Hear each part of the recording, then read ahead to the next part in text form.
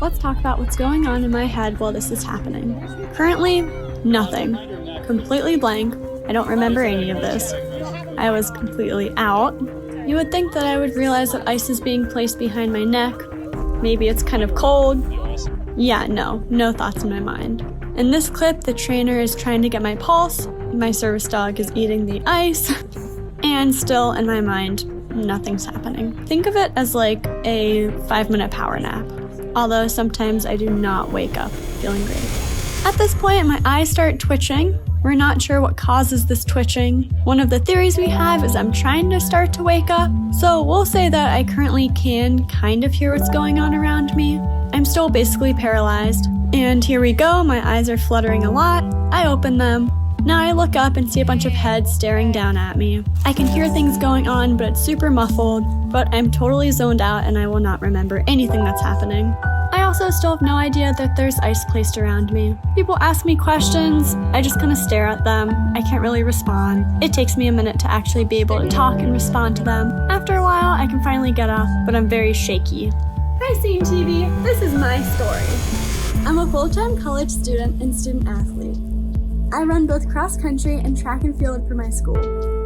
I've been diagnosed with POTS and PNES, which is a form of non-epileptic seizures. I grew up healthy with a pretty normal childhood. Then when I turned 16, I started getting sick and passing out. We went through the first round of doctors and all testing came back as normal, and I was diagnosed with anxiety. And this story, I'm sure, sounds way too familiar to some of you. After I was given the anxiety diagnosis and put on meds, nothing really changed, but I was so tired of seeing doctors, so I just kind of went with it. However, over the years, my condition progressed, and I saw a video on TikTok of someone who has POTS. I realized how similar my episodes looked to hers, and decided that it was time to go on my medical journey again.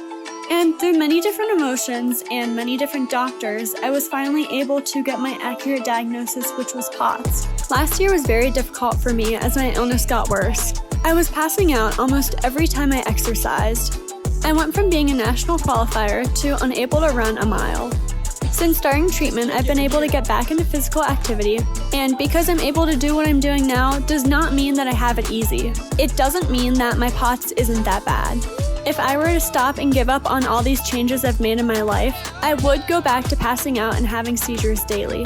I still have POTS and seizures, and I have symptoms that affect me daily. Although I'm competing at the level that I am, these symptoms will always be occurring in the background. And I know that there's a long road ahead of me, and I expect some bumps. But I can feel my life is slowly coming back. So I encourage you to keep pushing and reach for those goals, because one day you might be able to achieve them. I am seen. Are you?